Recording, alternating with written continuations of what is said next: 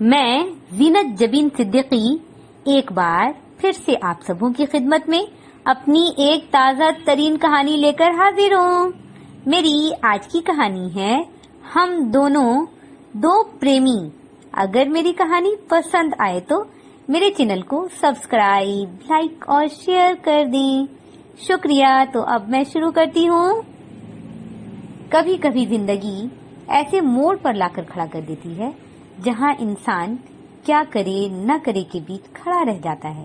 آج میں بھی اسی موڑ پر کھڑا تھا اور مجھے کچھ سمجھ نہیں آ رہا تھا کہ میں کیا کروں۔ 2 دن بعد میری بارات نکلنی ہے۔ میں اس شادی پر تیار نہیں ہوں۔ کتنی بار انکار بھی کر چکا ہوں، مگر پاپا اور ممی کسی صورت مان ہی نہیں رہے۔ اب میں ناراض سا اپنے کمرے میں پڑا ہوں۔ گھر پر مہمان آ گئے ہیں۔ ممی پاپا میری ناراضگی کو نظر انداز کرتے ہوئے میری شادی کی تیاریوں میں لگے ہیں۔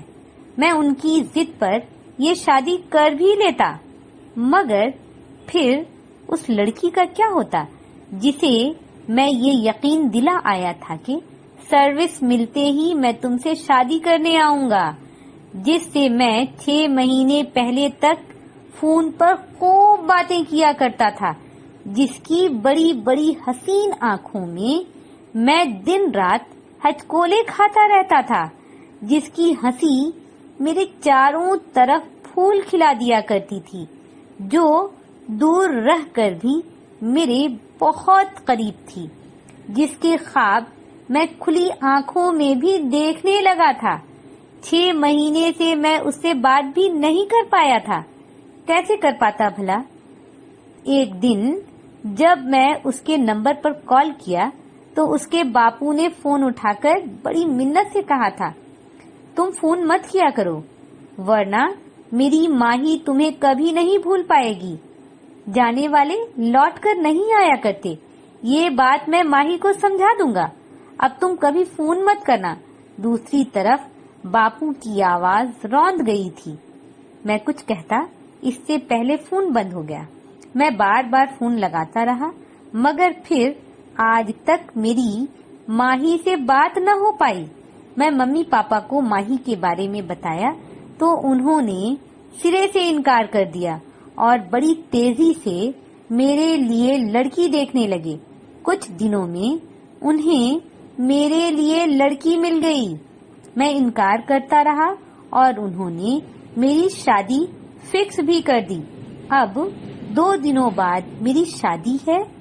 میں کروٹ بدل کر ایک بار پھر ماہی کا نمبر ٹرائی کرنے لگا، مگر میں ناکام رہا۔ دوسری طرف نہ تو رنگ ہوئی اور نہ ہی کسی نے میرا فون ریسیو کیا۔ ماہی سے میری ملاقات ہوئے 4 سال بیت چکے تھے۔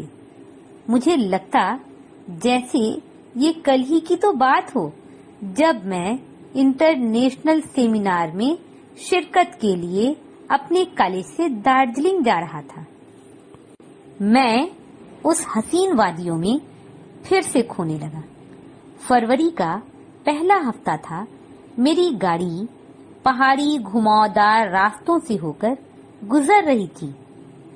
ایک طرف اونچے اونچے پہاڑ اور دوسری طرف سرسبز گھاٹی میں دور دور بنے خوبصورت کاٹیج نما مکانوں کے اطراف چائے کے باغات، سیب کے گھنے سایہ دار درخت، ان درختوں پر سبز رنگ کے چھوٹے چھوٹے خوبصورت بے شمار سیب، اور سڑک کے کنارے طرح طرح کے پھولوں سے بھرے پودے، اونچے پہاڑوں کی تلی سے لگی ٹوائے ٹرین کی پٹریاں، اور اس پٹری پر میری گاڑی کے ساتھ ساتھ سست روی سے چلتی ٹوائے ٹرین، سڑک پر آتی جاتی گاڑیوں کے ساتھ آتے جاتے لوگوں میں خوبصورت اور حسین